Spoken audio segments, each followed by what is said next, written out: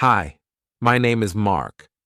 Today I want to share a story that has been weighing heavily on my heart. It's not the easiest to talk about, but I think it's time to put it out there. This is the story of my marriage to Sadaf and how it all came crumbling down. It started innocently enough, like most love stories. I met Sadaf 6 years ago at a friend's party. She was everything I had ever wanted. She had this amazing laugh that filled the room and eyes that sparkled with life. I was drawn to her energy, her spontaneity. She seemed like someone who embraced life wholeheartedly, and I couldn't resist getting to know her better. We hit it off almost instantly. Everything between us felt effortless. Conversations flowed like water, and we'd lose track of time when we were together. Within months, we were inseparable. I was convinced Sadaf was the one. In retrospect, I guess I was blinded by love, or maybe I just saw what I wanted to see. In the early days of our marriage, everything seemed perfect. We bought a small house together and settled into what felt like a dream life. We would wake up in the mornings, have coffee together, and talk about our future. We'd laugh, plan vacations, and talk about starting a family someday. But the truth is, perfection is fragile, and it didn't take long for cracks to show. At first it was small things, things that you could easily brush off. Sadaf started working late more often. She'd come home tired, barely speaking to me, and would go straight to bed. I didn't think much of it at first. I know work can be stressful, and I wanted to be a supportive husband.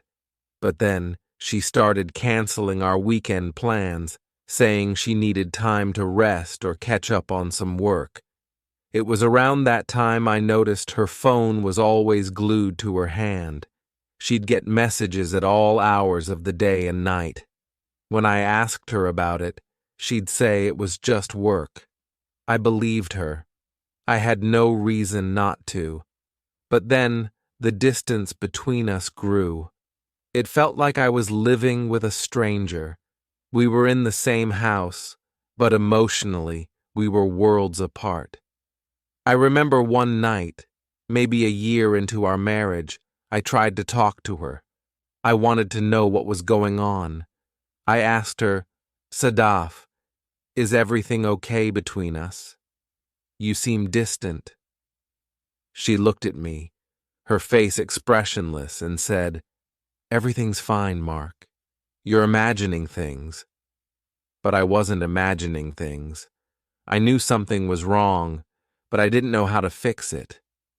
I tried harder, planned surprise dinners, arranged weekend getaways, but nothing seemed to bring us back to where we were. It was as though Sadaf had checked out emotionally, and no matter what I did, I couldn't reach her. As time went on, I started to feel like I was the only one trying. It was exhausting. There were days when I felt like I was walking on eggshells around her, afraid that if I said the wrong thing, it would push her further away. But the more I tried, the colder she became. Then came the lies. It started with little white lies. She'd tell me she was going out with friends, but when I called one of them to check in, they'd have no idea what I was talking about. Or she'd say she had to work late, but I'd drive by her office and the building would be dark. I didn't want to believe that Sadaf was lying to me. I wanted to trust her, but the more it happened, the more obvious it became that something was seriously wrong. I confronted her one evening. "Sadaf, I know you're not being honest with me. Where are you really going when you say you're working late? Who are you texting all the time?" She exploded. "How dare you accuse me of lying?" she shouted. I work hard to keep this house running, and this is how you repay me? By questioning my every move? I was stunned. I didn't expect her to get so defensive. But what hurt the most was the way she twisted it, making me feel like I was the one in the wrong, like I was paranoid for simply asking questions. After that fight, I felt more lost than ever. Was I really imagining things? Was I being unreasonable? But the truth has a way of surfacing even when you don't want to see it. One night, Sadaf forgot to take her phone with her when she left for the store. It buzzed on the kitchen counter, and curiosity got the better of me. I know it was wrong, but at that point, I felt like I had no other choice. I opened her messages, and there it was, texts from someone named Taylor. They weren't work-related, far from it. They were personal, intimate. My heart sank. I didn't confront her right away. I needed time to process. Over the next few days, I watched her more closely. I noticed how she'd smile when a message came in, how she'd rush to leave the room when she got a call. It all made sense now. The late nights, the lies, the coldness. Sadaf was having an affair. When I finally confronted her, there was no explosive argument, no yelling or screaming. I simply asked, "Who was Taylor?"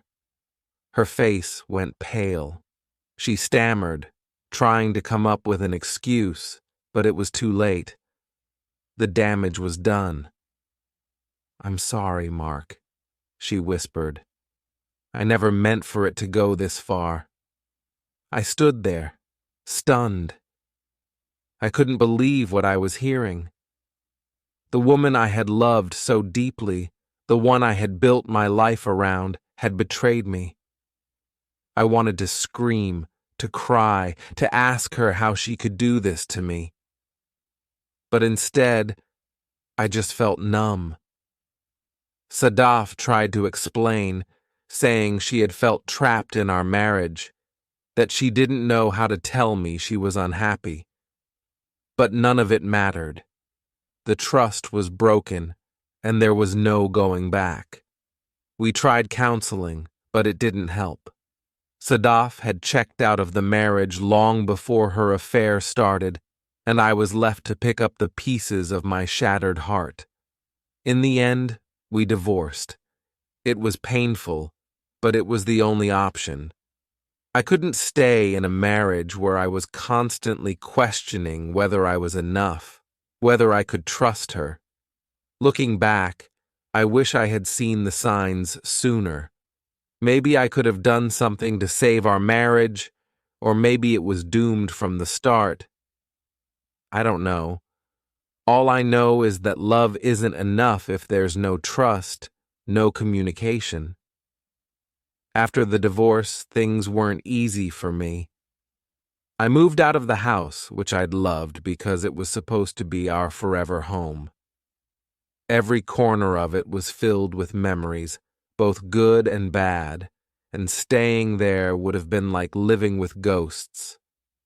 So I packed my things and found a small apartment across town, far enough to feel like I was starting fresh, but not so far that I had to completely uproot my life. The first few weeks after the split were the hardest. I couldn't escape the questions. What went wrong? Why didn't I see it coming? Was there something fundamentally wrong with me that drove Sadaf into someone else's arms? Every quiet moment was filled with those doubts. I barely slept. I'd wake up in the middle of the night, my mind racing, playing back every moment of our relationship, trying to pinpoint where things started to go wrong. I tried to stay busy. I threw myself into work, taking on more projects, working late, anything to avoid going home to the emptiness of that apartment. It helped to an extent. At least while I was busy, I didn't have to think about Sadaf. But the moment I stopped, the loneliness crept back in. I remember one evening, a couple of months after the divorce, when I ran into Sadaf at a grocery store. I wasn't expecting it, and neither was she. She looked surprised, almost guilty, when she saw me. I was standing by the produce section, staring blankly at some apples when she turned the corner. It was awkward, to say the least. We made small talk, the kind you have with an old acquaintance you haven't seen in years, not with someone you once planned a life with. "How have you been?" she asked, her voice cautious. I shrugged. You know, taking it one day at a time. She nodded, biting her lip like she wanted to say something else, but didn't know how to. I didn't have the energy for a real conversation, so I made up an excuse and left. As I walked out of the store, I couldn't shake the feeling that she had moved on. Maybe she was still with Taylor, maybe she wasn't. But the fact that I still cared bothered me. I didn't want to care. She had hurt me, and yet I was still thinking about her. It wasn't until I talked to a close friend of mine, Mike, that I began to see things a little more clearly. Mike and I had known each other since college, and he had been my rock through the whole ordeal. One night over beers, he gave me the tough love I needed. "Mark," he said, looking me dead in the eye, "you need to stop punishing yourself over this. You didn't make her cheat. You didn't make her lie. That's on her. You did everything you could to save that marriage." I wanted to argue, but I knew he was right. I had tried. Maybe I had been naive, but I wasn't to blame for Sadaf's choices. It took me a long time to accept that, though. The guilt, the doubt, it had become a habit, a toxic one. I started seeing a therapist around that time. I wasn't really sure what I was hoping to get out of it, but I figured talking to someone might help. And it did. I began to realize that the end of my marriage, as painful as it was, didn't define me. It was a chapter, one that I had to close to move forward. I learned to forgive myself for not being able to fix everything. Some things can't be fixed. Some things just end. And that's okay. As the months went by, I started to find myself again. I reconnected with old friends, picked up hobbies I had neglected during my marriage, and focused on building a life that was just mine. Not ours, not hers, but mine. I took a photography class, something I had always wanted to do but never had the time for. I went hiking more often, exploring places I had always meant to visit, but never did because Sadaf wasn't interested. Slowly but surely, I began to heal. Then one day something unexpected happened. I was at a coffee shop working on some emails when a woman approached me. She had kind eyes, dark hair pulled into a loose bun, and a warm smile that instantly put me at ease. "Excuse me," she said, holding up a book. "I couldn't help but notice you're reading the same book as me." I looked down at my copy of The Alchemist and smiled. Great minds think alike, I guess. We ended up chatting for a while, talking about books, life, and everything in between. Her name was Robi. There was something about her.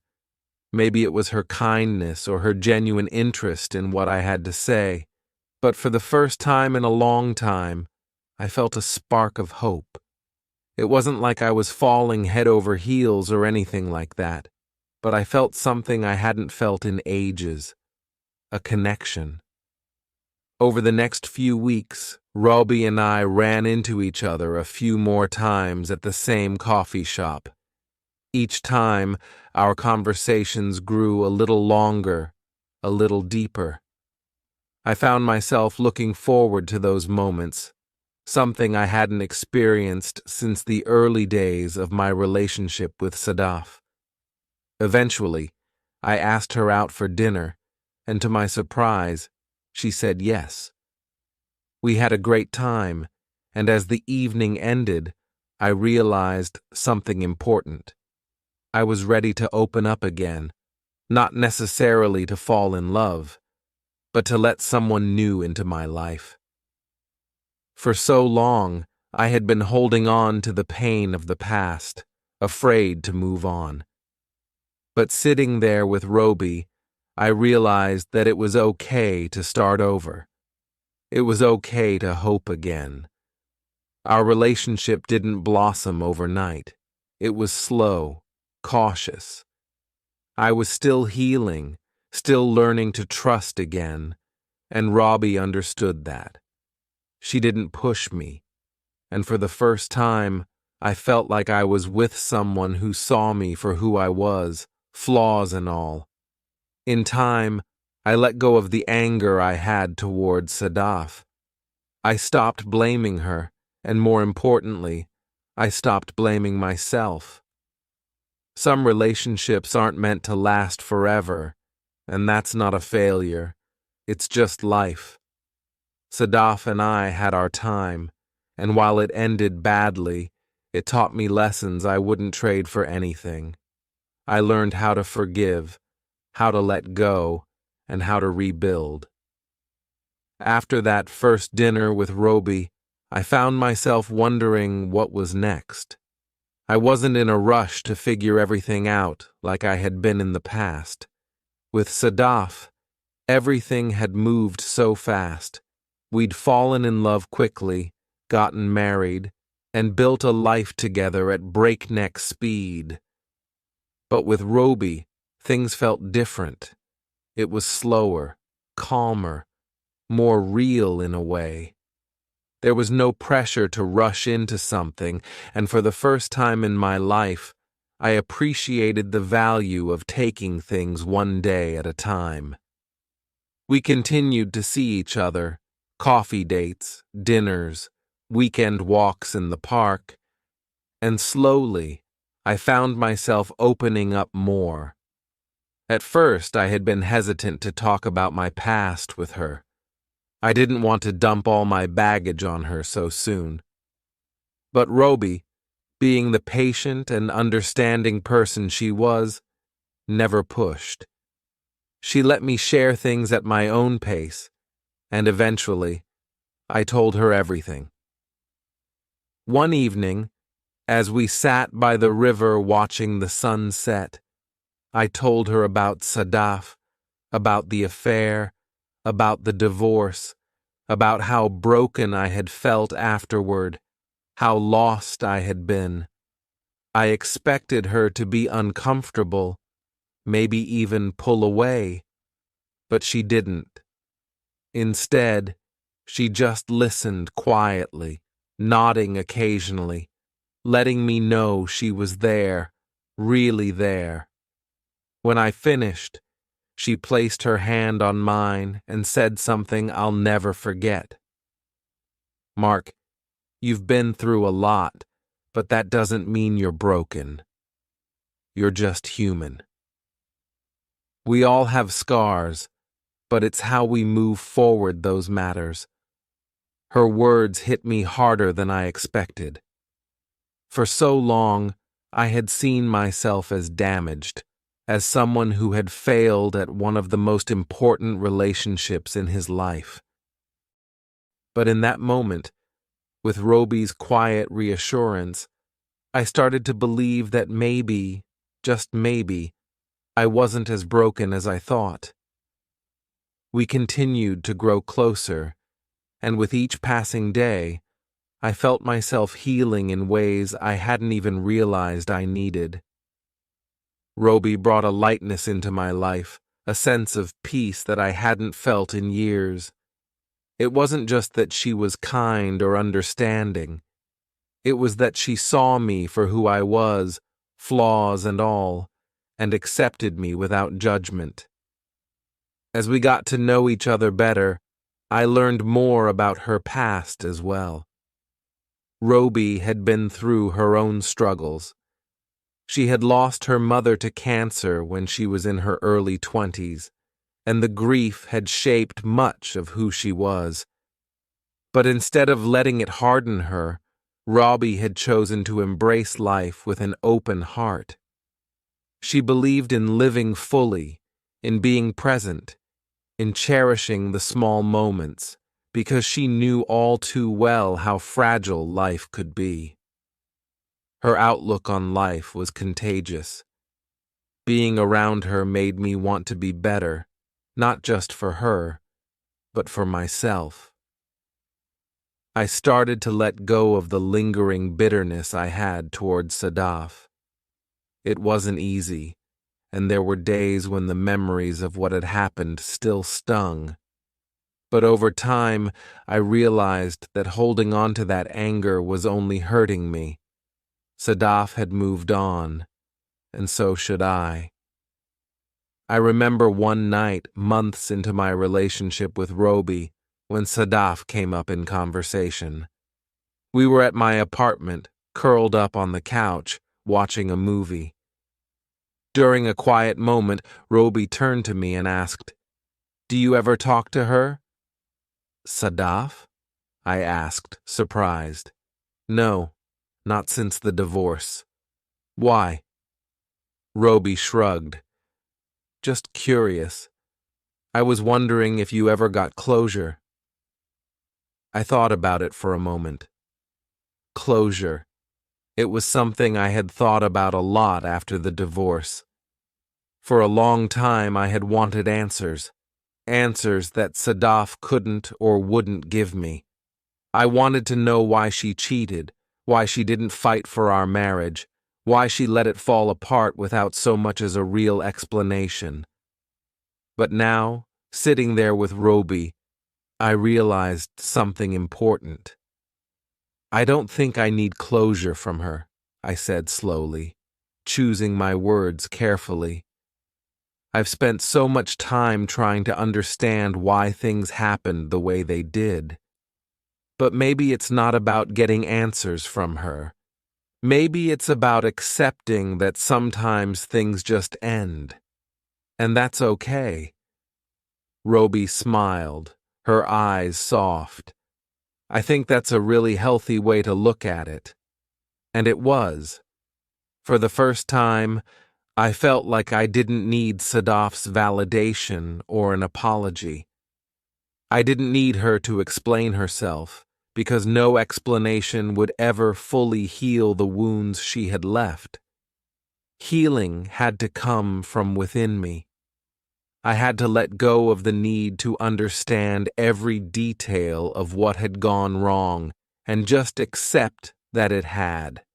Life moves forward, whether we want it to or not. As the months went by, Robi and I grew even closer.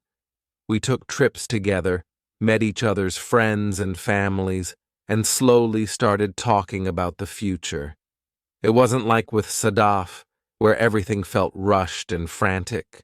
With Robi, the future felt like something we could build together, piece by piece, at our own pace.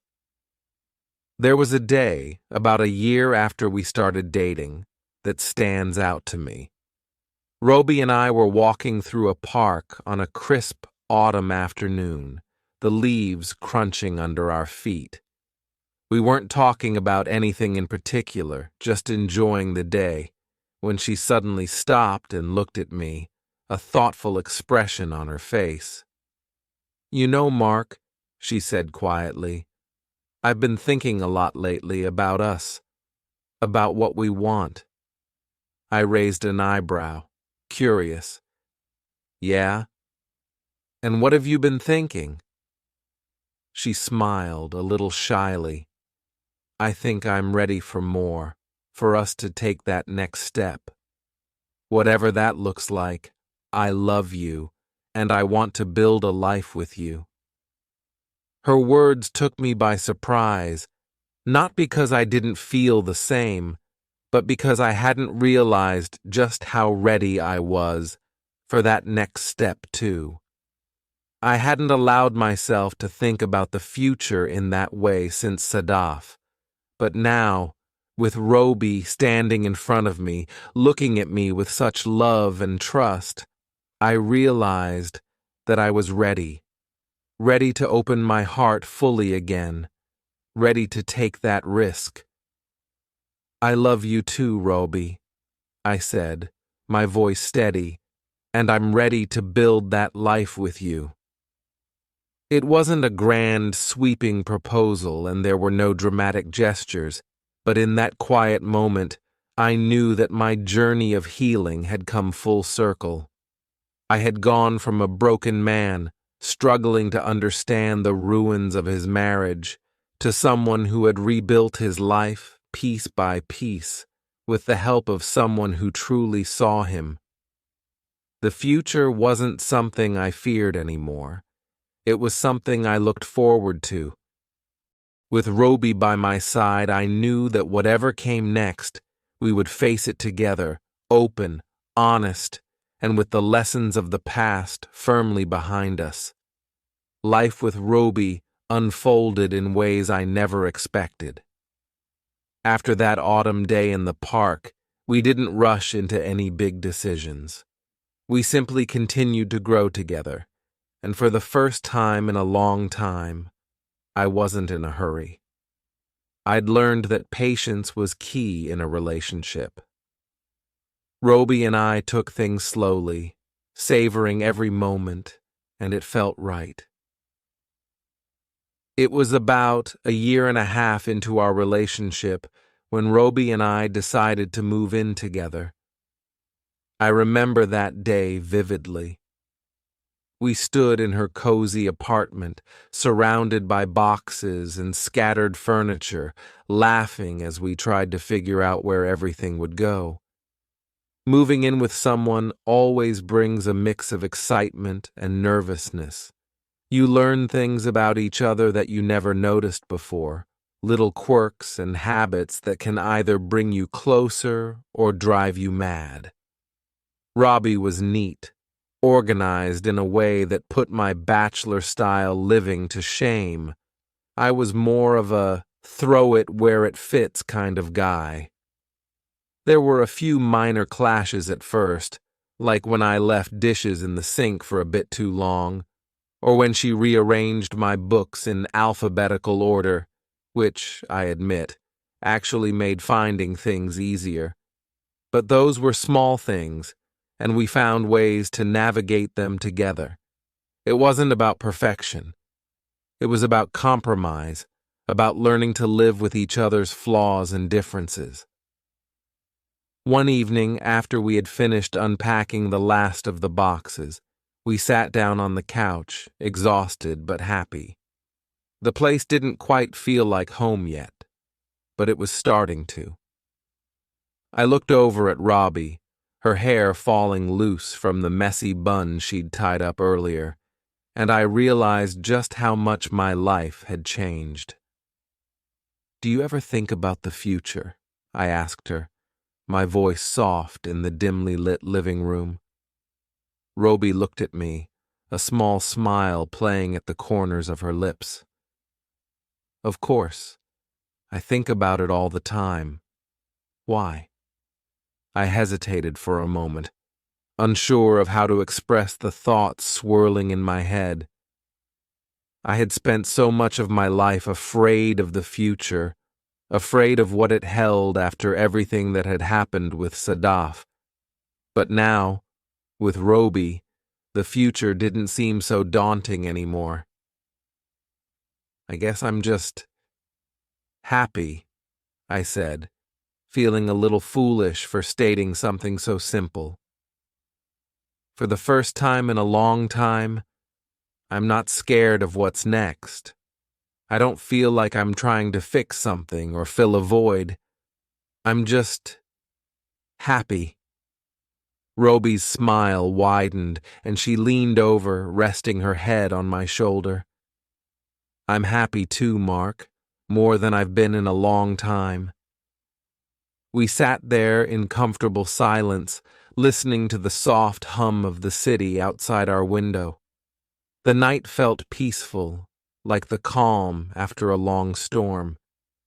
And in that moment, I realized just how far I had come from the man who had once felt so broken, so lost. I wasn't that person anymore. But life, as I'd learned, has a way of throwing curveballs when you least expect them. A few months after we moved in together, I received a message from someone I hadn't heard from in a long time, Sadaf. It was a simple text, nothing dramatic or overly emotional, just, "Hey Mark, it's been a while. I was wondering if we could meet up and talk." I stared at the message for a long time, unsure of how to respond. Part of me wanted to ignore it, to leave the past where it belonged. But another part of me was curious. What could she possibly want to talk about after all this time? I showed the message to Robi that evening. She read it, then looked up at me with a calm expression. "What are you going to do?" "I don't know," I admitted. "I don't feel like I need to talk to her. But at the same time, I kind of want to hear what she has to say. Does that make sense?" Robi nodded. "It does. Just remember, whatever you decide, I'm here." Her support meant the world to me, and after thinking it over for a few days, I decided to meet with Sadaf. Not because I was looking for closure, I had found that within myself, but because I wanted to see where she was at, how she was doing, and maybe, in some small way, close the door on that chapter of my life for good.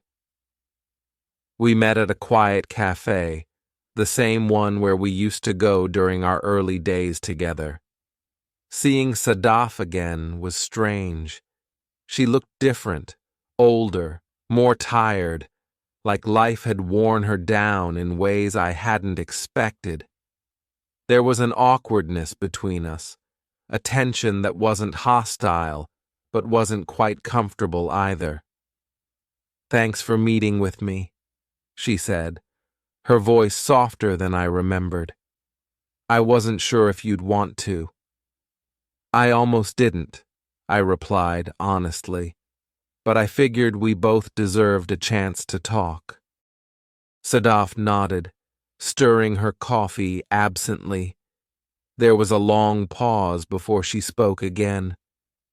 "I just wanted to say I'm sorry, Mark, for everything, for how I treated you, for how things ended. I know it's too late for apologies, but I needed to say it." Her words caught me off guard. I had imagined this conversation in so many different ways, but I hadn't expected an apology, not after all this time.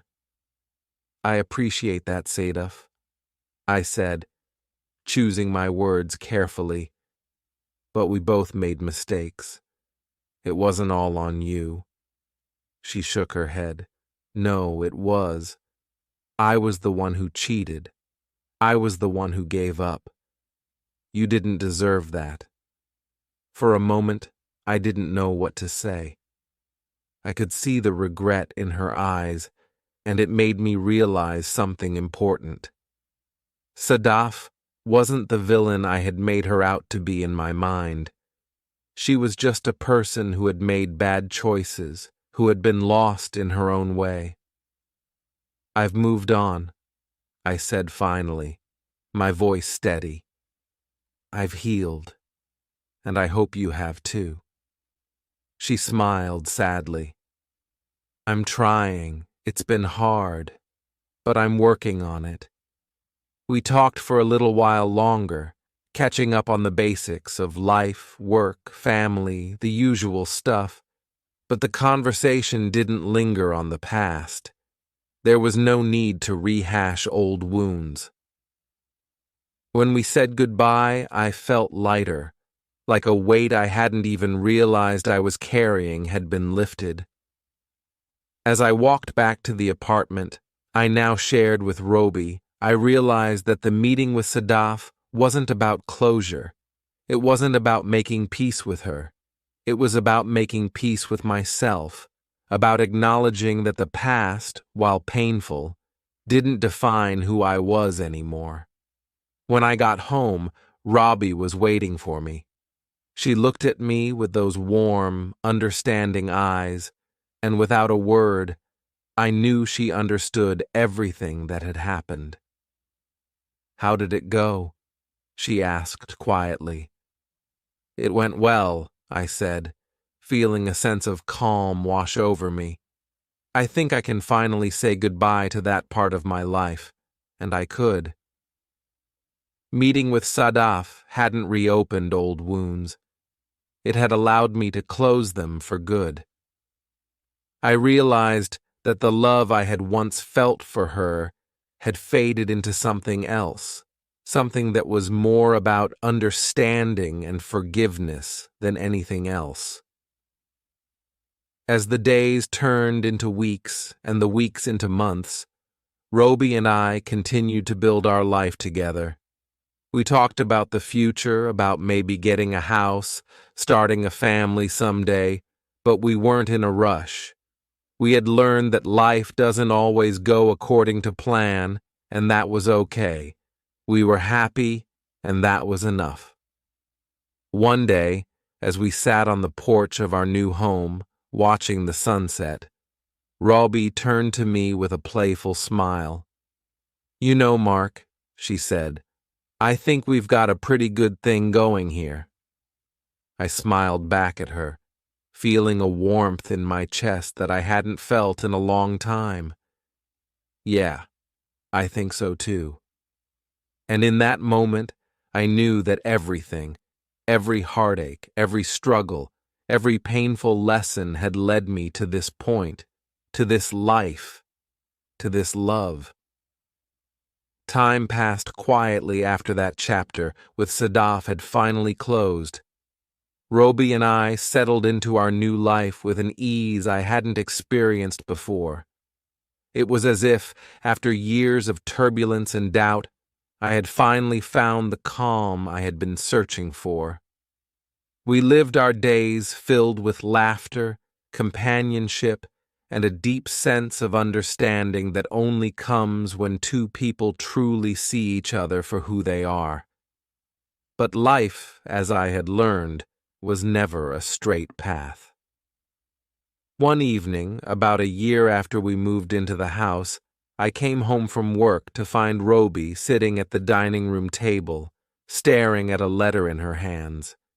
Her face was pale, and there was a heaviness in her eyes that I hadn't seen in a long time. "Hey," I said, dropping my bag by the door and walking over to her. "Everything okay?" Robi didn't answer right away. She just handed me the letter, her fingers trembling slightly. I unfolded it and read the first few lines. My heart sank. It was from the hospital, routine test results for Robi's checkup. But something had come back abnormal. They wanted her to come in for further testing. "I'm sure it's nothing," she said quickly, trying to put on a brave face. "Probably just a mistake. These things happen all the time, right?" But I could hear the fear in her voice. I could see it in the way her hands gripped the edge of the table. And in that moment, all the happiness, all the stability we had built together, felt suddenly fragile. "We'll go together," I said, sitting down beside her and taking her hands in mine. "We'll figure this out." The next few weeks were a blur of hospital visits, tests, and waiting. The waiting was the worst part. Every phone call, every email felt like a ticking clock, counting down to something we couldn't control. Robi tried to stay positive, but I could see the cracks in her armor, and for the first time since we'd been together, I felt helpless. I couldn't fix this. I couldn't protect her from what was coming. Then the news came. Cancer. It wasn't what we had expected, but there it was. The doctor spoke in calm, clinical terms, explaining the treatment options, the prognosis, the road ahead. But all I could hear was the word cancer echoing in my mind, drowning out everything else. Robi was quiet during the drive home. She stared out the window, her hands resting in her lap, and I didn't know what to say. What do you say when the person you love most in the world is facing something like that? When we got home, she went straight to bed. I followed her, sitting on the edge of the mattress, not sure if she wanted to talk or be alone. Finally, after what felt like hours, she spoke.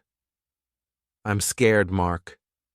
Her voice was small, and it broke something inside me to hear her sound so vulnerable, so unlike the strong, fearless woman I had fallen in love with.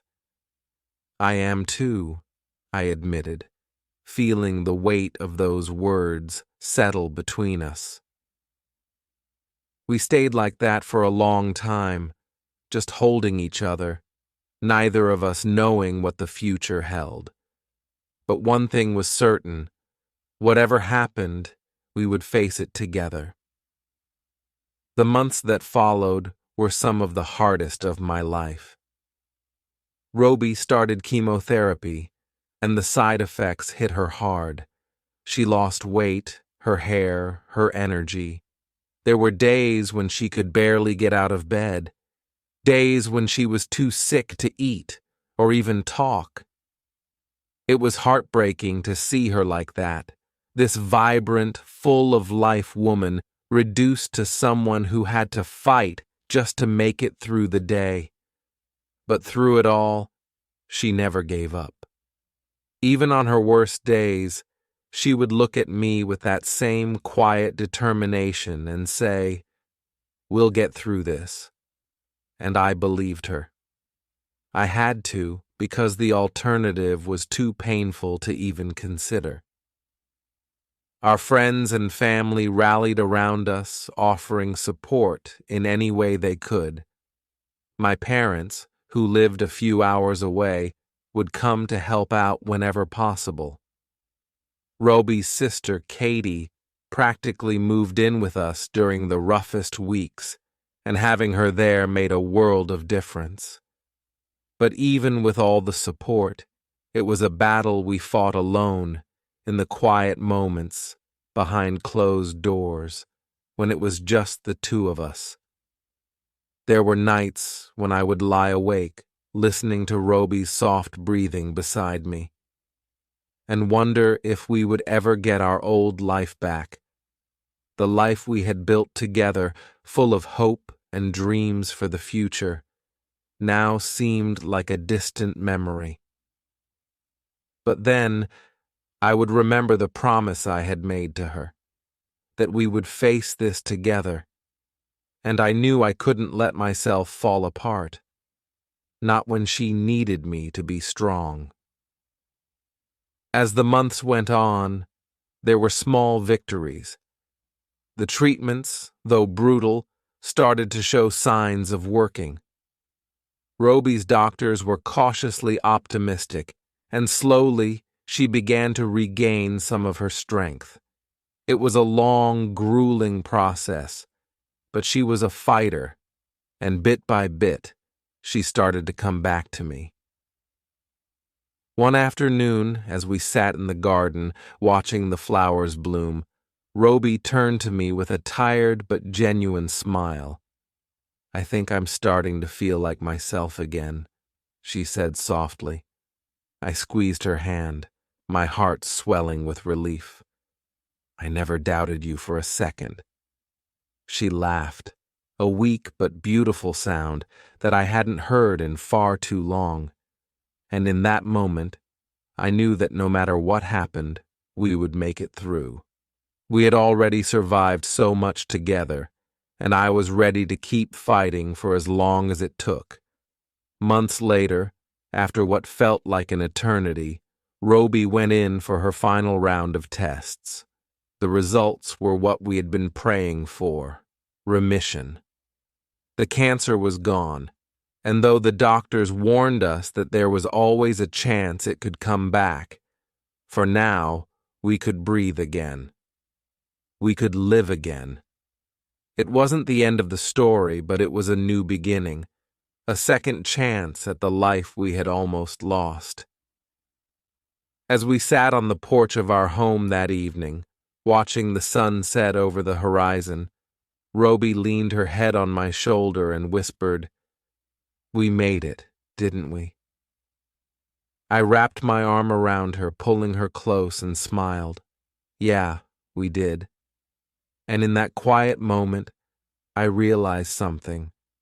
Life was never going to be perfect. It would always have its struggles, its heartbreaks, its challenges. But with Robi by my side, I knew we could face whatever came our way. Because love wasn't just about the good times. It was about standing together when things got hard, about choosing each other over and over again, no matter how tough the road became.